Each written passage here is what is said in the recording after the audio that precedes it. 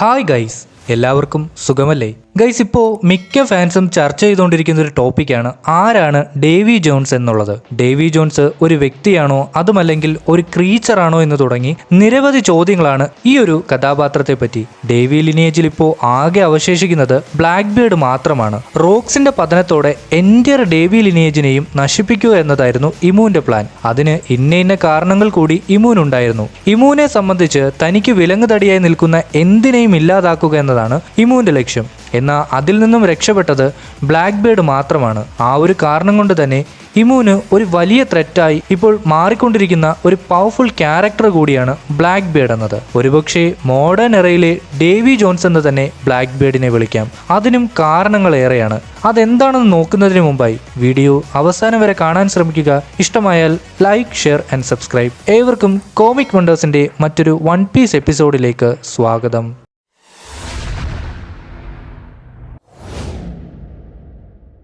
അപ്പോൾ ഗൈസ്, ആരാണ് Davy John's? One പീസിന്റെ ഫോക്ലോറിൽ പറയപ്പെടുന്ന ഒരു മിസ്റ്റീരിയസ് ക്യാരക്ടറാണ് ഡേവി ജോൺസ്. 800 വർഷങ്ങൾക്ക് മുമ്പ് ബ്ലൂ പ്ലാനറ്റിലെ എൻറ്റയർ കിങ്ഡത്തെയും യുണൈറ്റ് ചെയ്തു ഭരിച്ചിരുന്നൊരു പവർഫുൾ കിങ് ആയിരുന്നു ഡേവി ജോൺസ്.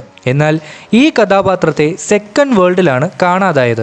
അഥവാ ഫോറസ്റ്റ് ഗോഡ് ഡെവിൾസിനെ ക്രിയേറ്റ് ചെയ്തത് മുതൽ ഇമൂനെക്കാട്ടിലും പവർഫുള്ളായ ഈ കഥാപാത്രത്തെ അന്ന് നശിപ്പിക്കണമെങ്കിൽ ഈ പറഞ്ഞ ഡെവിൾ ഫ്രൂട്ടിന്റെ സഹായം നെറോണ ഇമൂന് ആവശ്യമായിരുന്നു. അതിനുവേണ്ടിയാവും ഒരുപക്ഷെ ജോയ് ബോയുടെ സഹായം ഇമു തേടിയത്.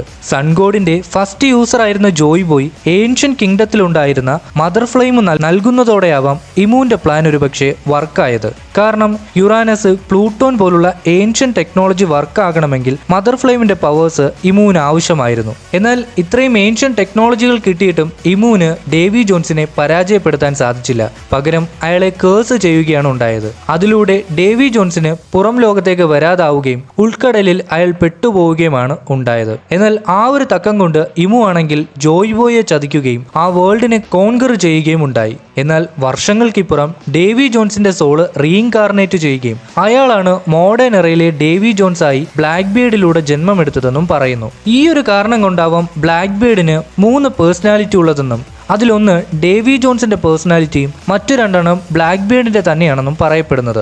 ഇനി ഡേവി ജോൺസിന്റെ ഡെവിൾ ഫ്രൂട്ട് എന്നത് സൺ ഗോഡ് അഥവാ നീക്കെ പോലെ തന്നെ സുക്യോമിനോ മിക്കോട്ടോ അഥവാ മൂൺ ഗോഡിൽ നിന്നും അഥവാ ഡാർക്ക്നെസ്സിൽ നിന്നും ഉത്ഭവിച്ചതാണെന്ന് പറയപ്പെടുന്നു. ഈ ഒരു കാരണത്താലാണ് ഇമു ആർട്ടിഫിഷ്യൽ ഡെവിൾ ഫ്രൂട്ടുകൾ നിർമ്മിച്ചതും അതുപയോഗിച്ച് ഡേവി ജോൺസിന്റെ ഡാർക്ക്നെസ്സുമായി പോരാടാൻ തുടങ്ങിയതും. എന്നാൽ എല്ലാ ഡെവിൾ ഫ്രൂട്ടിനെയും നള്ളിഫൈ ചെയ്യുന്ന ഈ ഒരു പവർ അന്നത്തെ എൻറ്റയർ വേൾഡിൽ വെച്ചും വളരെ യുണീക്ക് ആയതുകൊണ്ടാവാം ഫോറസ്റ്റ് ഗോഡായ ഇമു സൺ ഗോഡിന്റെ സഹായം തേടിയതും. പൊസൈഡൻ, ബ്ലാക്ക് ബീഡ് തുടങ്ങിയവരാണ് ഇമുന് തലവേദന ആയിരുന്നതെങ്കിൽ ഇപ്പോ നിദോങ് അഥവാ ലോക്കി കൂടി ലൂഫിയോടൊപ്പം ചേർന്ന് വേൾഡ് ഗവൺമെന്റിനെതിരായി പ്രവർത്തിക്കാൻ ആരംഭിച്ചതോടെ ഇമു തന്നെ 1179 മെൻഷൻ ചെയ്തിരുന്നു ഈ പറഞ്ഞതെല്ലാം നടക്കേണ്ടതാണെന്നും ഇതിനെ തടയാൻ സാധിക്കില്ല എന്നും. അതായത് 800 വർഷങ്ങൾ കൊണ്ട് തന്റെ നിയന്ത്രണത്തിലായിരുന്നുവെങ്കിൽ ഇനി അങ്ങോട്ട് തന്റെ നിയന്ത്രണത്തിലല്ല, പകരം ഇതെല്ലാം നടക്കേണ്ടതാണെന്നുമാണ് ഇമു അവിടെ പറഞ്ഞു വെക്കുന്നത്.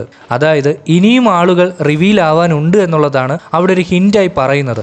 അതിലൊന്നാണ് the man with burn scar. ഈ ഒരു കഥാപാത്രം ഡേവി ജോൺസ്, ജോയ് ബോയ് തുടങ്ങിയവരാണെന്ന് ഒരു ഹിന്റ് ഉണ്ടായിരുന്നു. പകരം the man with burn scar എന്നത് ഒരു കൂട്ടം ഫാൻസ് വിശ്വസിക്കുന്നത് ഡ്രാഗൻ ആണെന്നും ഒരു കൂട്ടം ഫാൻസ് വിശ്വസിക്കുന്നത് ഡേവി ജോൺസ് ആണെന്നുമാണ്. ഇനി ബ്ലാക്ക് ബീഡിനെ സംബന്ധിച്ച് ഡേവി ലിനിയേജിലെ അവസാന കണ്ണിയാണ് അയാൾ. ഒരു ഡീക്ലാൻ മെമ്പർ കൂടിയായ ബ്ലാക്ക് ബീഡ് എങ്ങനെയാണ് വിൽ ഓഫ് ഡി ക്യാരി ചെയ്യുന്നത് എന്നുള്ളത് ഒരു ചോദ്യമാണ്. ഗൈസ്, വിൽ ഓഫ് ഡി ഞാൻ മനസ്സിലാക്കിയത് സംബന്ധിച്ച് ഡ്രീം അഥവാ ഡോൺ തുടങ്ങിയ അർത്ഥങ്ങൾ നൽകാവുന്ന ഒന്നാണ്. കൂടാതെ ഡി എന്ന മിഡിൽ നെയിം ചേർക്കുന്നവർ സ്പെസിഫിക് ആയി ഒരു ലക്ഷ്യത്തിനു വേണ്ടി ജനിക്കുന്നവരാണ്. ലൂഫിയെ സംബന്ധിച്ച് അവൻ ജോയ് ബോയുടെ വിൽ ഓഫ് ഡി ക്യാരി ചെയ്യുന്നെങ്കിൽ ബ്ലാക്ക് ബീഡിനെ സംബന്ധിച്ച് അയാൾ ഡേവി ജോൺസിന്റെ വില്ല് ക്യാരി ചെയ്യുന്ന വ്യക്തിയാണ്. അതുകൊണ്ടാണ് ആ വേൾഡിനെ കോൺകർ ചെയ്യണമെന്ന് ബ്ലാക്ക് ബീഡ് ലക്ഷ്യമിട്ടിരിക്കുന്നതും. പിന്നെ എയ്സിന്റെ ഫ്ലാഷ് ബാക്കിൽ കാണിക്കുന്ന ഒരു എപ്പിസോഡുണ്ട്, അത് നിങ്ങൾ ശ്രദ്ധിച്ചു എന്നറിയില്ല.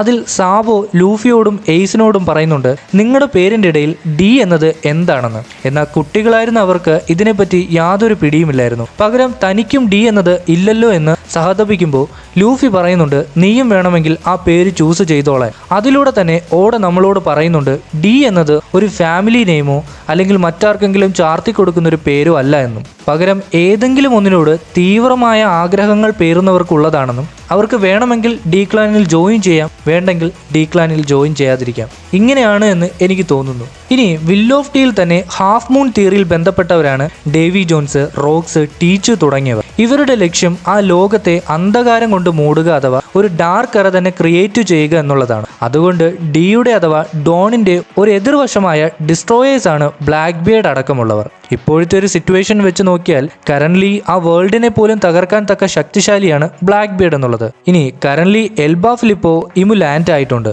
ഇനി വരാനിരിക്കുന്നത് Imu versus Loki, Luffy and straw hat തുടങ്ങി ഒരു നിര തന്നെ ഇമുവിനൊപ്പം ഫൈറ്റ് ചെയ്യാനുണ്ട്. എന്നാൽ ഇവരാരെ കൊണ്ടും ഇമുവിനെ സ്റ്റോപ്പ് ചെയ്യുക എന്നത് അസാധ്യമാണ്. അതുകൊണ്ടൊരു പക്ഷേ the man with burn scar എന്ന കഥാപാത്രം എൽബാഫിൽ ഇവരെ ഹെൽപ്പ് ചെയ്യാൻ ചിലപ്പം ലാൻഡ് ആയേക്കാം എന്നൊരു തിയറി കൂടി പറയുന്നുണ്ട്. കാരണം 2026 അഥവാ ഈ വർഷം തന്നെ ഈ കഥാപാത്രത്തെ ഇൻട്രൊഡ്യൂസ് ചെയ്യുമെന്നുള്ളൊരു റൂമർ ഉണ്ടായിരുന്നു. ആ ഒരു റൂമറിലേക്കാണ് ഇപ്പോൾ ഏകദേശം കാര്യങ്ങൾ എത്തിക്കൊണ്ടിരിക്കുന്നതും. അതിന് ഡേവി ജോൺസ് ആണോ അതോ ഡ്രാഗൻ ആണോ എന്നുള്ളത് കണ്ട് തന്നെ നമുക്ക് മനസ്സിലാക്കണം. നിങ്ങൾക്ക് ഇതിനെപ്പറ്റിയുള്ള നിഗമനങ്ങൾ എന്താണെന്ന് ഒന്ന് കമൻറ്റ് ചെയ്യുക.